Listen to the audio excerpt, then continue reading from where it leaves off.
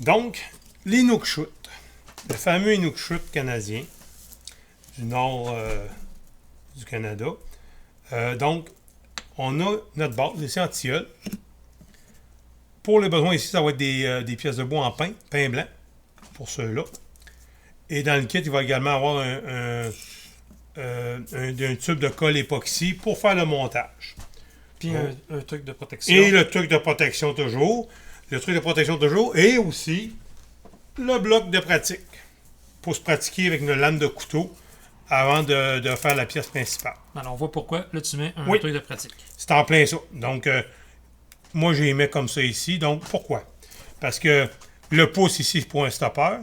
Et ici, avec la lame, le dos de la lame, ben, ça fait bien avoir du tape pour se protéger également. Comme ça. Parfait. Donc, les Inukshut. Bon, ici, on a la base. Et les pièces du corps de la statue.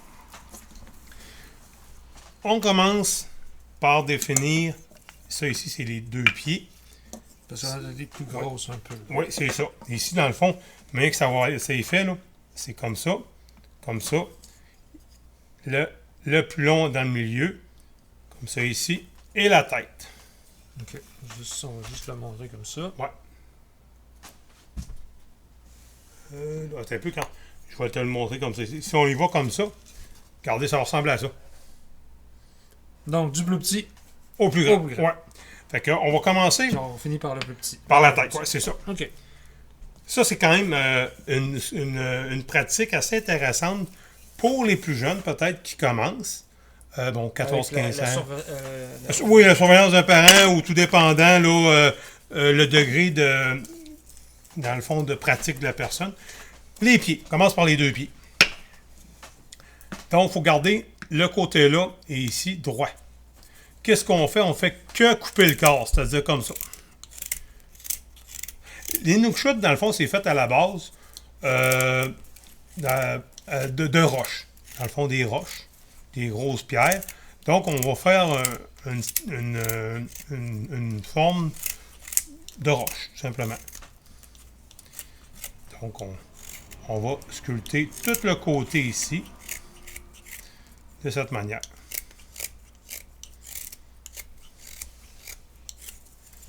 Comme ça ici aussi. Comprenez que c'est important, le stopper. Donc, on fournit une roulette de tape ici, comme ça, là, de protection, avec le kit. Vous voyez. Pour les pieds, c'est uniquement ça. On fait la même chose avec l'autre.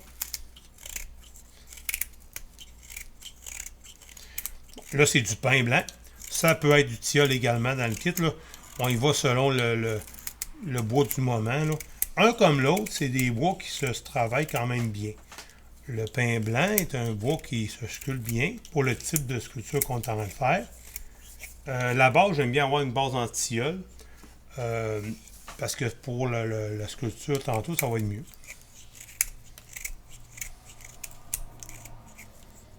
Comme ça.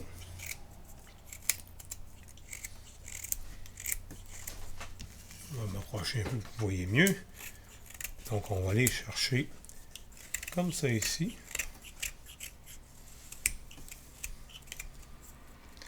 C'est de donner un relief rocher. Bon.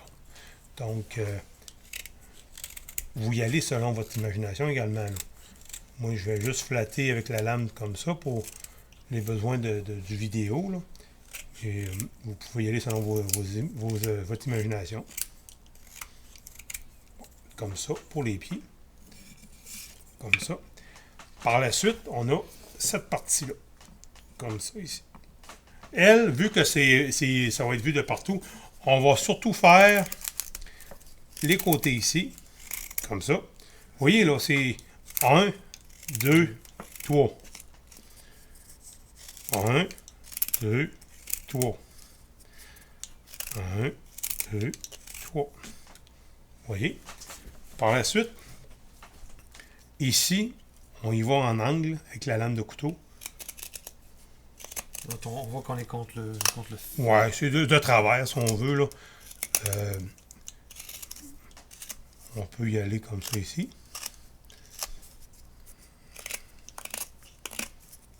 Donc on sculpte. On peut faire des formes avec la lame, il n'y a pas de problème.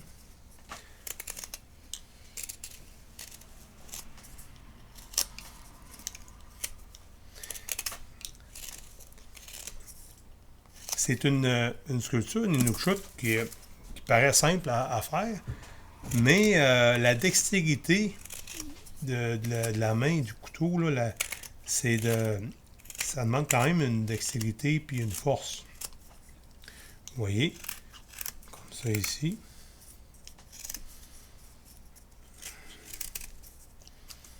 Bon, comme ça, vous voyez. Ça, c'est la partie 2. Par la suite, on va faire le plus gros ici, qui représente aussi les bras, si on veut, de l'Inukshuk, comme ça. Donc, c'est la même chose. On y va, selon le sens du bois, chercher les côtés, sculpter comme ça. Comme ça ici.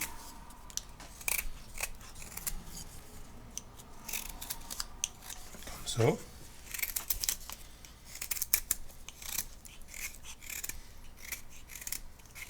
voyez. Vous pouvez faire le relief que vous voulez, là, c'est à votre guise. Ce qui est important, c'est de couper là, les côtés là, pour faire... Il faut que ça soit ravagé, on va dire de même, parce qu'une roche, dans le Grand Nord, c'est pas droit, là. C'est travaillé par l'eau, par le temps, c'est tout sauf parfait. OK? Comme ça. Ici, pareil à l'angle. Cherchez le côté de la pièce comme ça.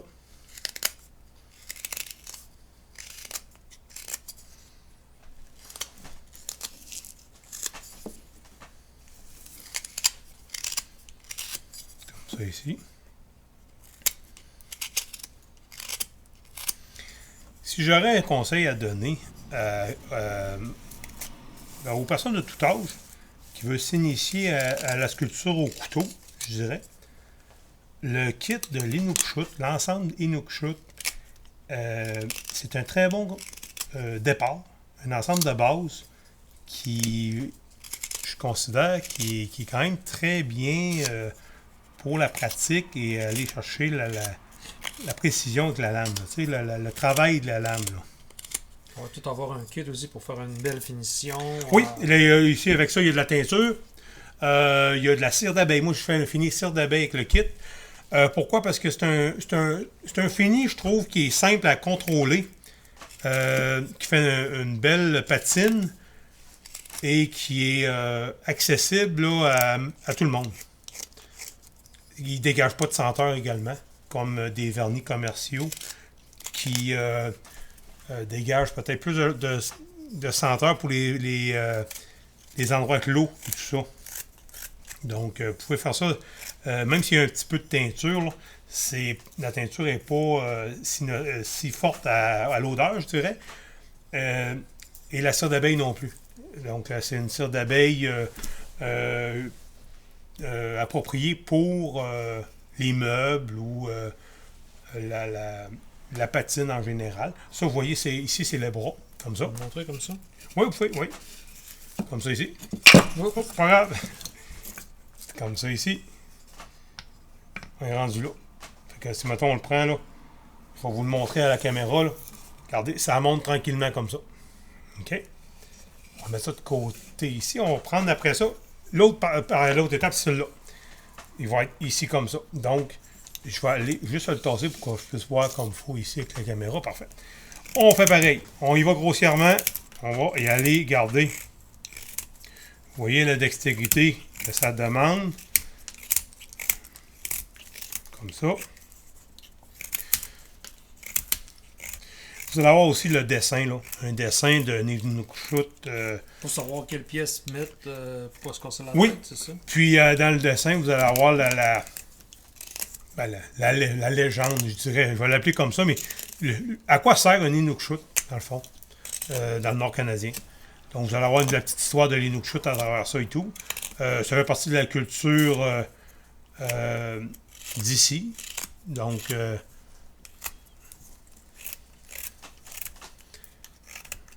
ça. Vous voyez?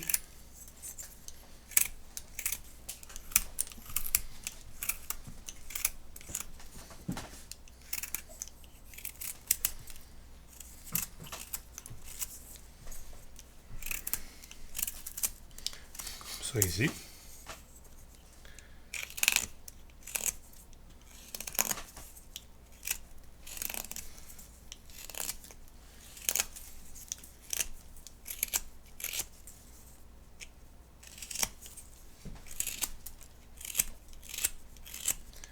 Et voilà pour ça, cette étape. On va le mettre là. Et la tête. Bon, la tête. La tête, là, ça vous prend un côté droit. On le laisse droit. Donc, après ça, on choisit le côté que vous voulez avoir. On va y aller comme ça.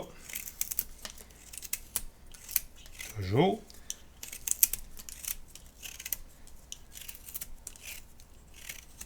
Je vous dis, ça paraît simple comme technique, mais je vous mets au défi de faire votre Inukshot puis de maîtriser la lame de couteau quand même.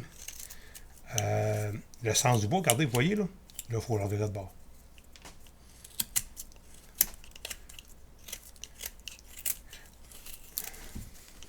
Comme ça ici.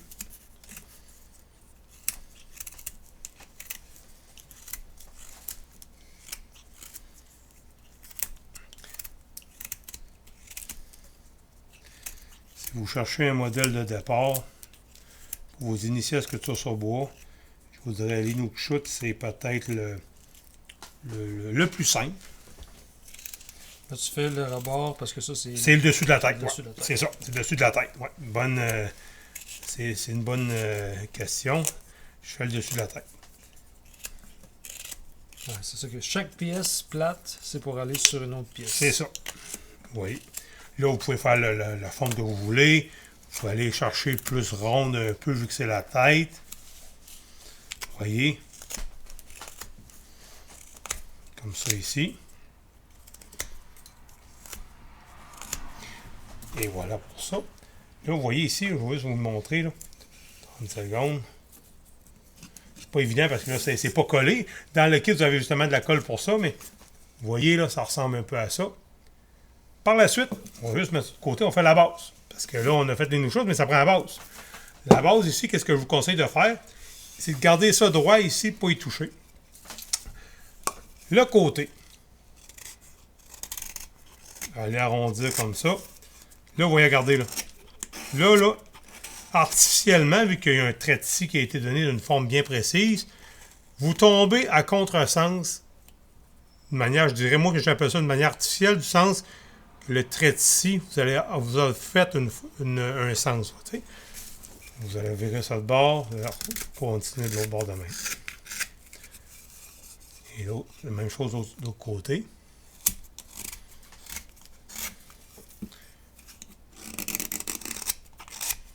Et on vire de bord, comme ça ici.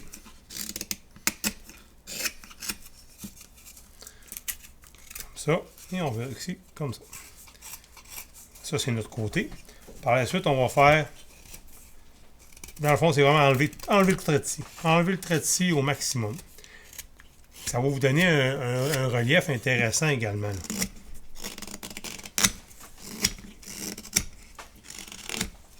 Comme ça. Tu vas jusqu'au rebord pour que ce soit bien... Tu vas jusqu'au rebord pour pas qu'il y ait Pour pas qu'il y ait de petits filaments là, de traits de scie, là, c'est ça. Ouais, c'est beaucoup plus beau comme ça. Ben moi j'aime ça, ça fait un fini sculpté, ça fait un fini Saint-Jean-Port-Joli, justement. Puis c'est ça le but. L'idée c'est de montrer là, notre culture puis notre histoire, parce que c'est un peu la sculpture traditionnelle du coin. Parce qu'on aurait très bien pu uniquement sabler aussi le côté. Là. Mais le coup de couteau comme ça, je trouve que ça va faire un... Ça fait pierre, parce qu'une pierre, c'est jamais... C'est en plein ça, puis ça fait un fini vraiment sculpté, plus artistique, plus Saint-Jean-Port-Joli, je dirais, ouais. Ça. Toujours à côté sur notre établi aussi, ça fait bien. Et voilà, comme ça ici. Vous voyez. Une fois que ça c'est fait, donc on met le couteau de côté. On va mettre ça ici. Ça sera pas bien long. Et je vais vous montrer. Regardez, dans le fond, les nook-shoot. Ça ressemble à ça, pas collé. Bon. Par la suite, on va pouvoir les teindre. On va pouvoir, là, vous avez le choix de teindre toutes les pièces ou teindre une pièce sur deux, tout dépendant. Là, en laisser des naturels. Vous pouvez le coller. Je vous conseille de le coller juste après l'avoir tendu. Et le cirer à la fin de tout. Ne se met pas de la teinture. Ou que. La teinture, tu peux. Il n'y a pas de problème. C'est pas de la cire, c'est pas du vernis. La colle époxy va coller quand même. Là. Mais la cire, la mettre à la fin de tout. Parce qu'une cire. La colle époxy. Oui, la colle époxy, oui. Attendez 30 secondes. Moi, pas longtemps.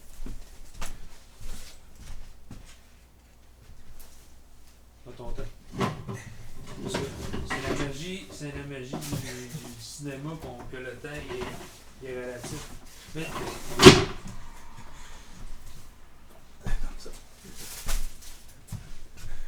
Donc, la colle époxy. Bon, et voilà, vous avez un tube de colle époxy comme ça ici, fourni avec le kit. Donc, le tube est dans un emballage. Lui, je l'ai enlevé de l'emballage pour le besoin de la cause. Vous mélangez, vous pressez ici également pour que la colle et le durcisseur. As-tu quelque chose à enlever, une sécurité, ça? Non, oui, ben, vous pouvez l'enlever, c'est déjà enlevé, mais vous avez un petit. À l'ouvrir avec un couteau, simplement. Ou un exalto, ou un couteau de sculpture également, juste coupé ici. Par la suite, vous descendez ça. Pas besoin d'en faire trop en même temps, là. Juste un petit peu, là. Je dirais, descendez-les, là. Juste pour faire assez pour coller vos choses. Vous prenez un bâton, un copeau ou un bâton de bois, et vous le mélangez. Vous mélangez environ 1 minute, là. Mais tu le mets quoi? Tu le mets dans un... Vous mettez ça sur un Scott Towel ou un morceau, un carton. Un carton fait très bien, un morceau de carton. Puis vous mélangez pour aller, dans le fond, mélanger la colle époxy avec la durcisseur. Puis un coup, c'est mélangé à peu près 1 minute, pas plus. Vous en mettez aux parties. Pas beaucoup. Pas beaucoup, juste pour que ça se colle. Quand l'époxy ça fige, ça va être très solide. Ouais, c'est ça. Ça va être très, très solide. Et vous faites ça comme ça. Et c'est ça pour les nook-shoot en sculpture.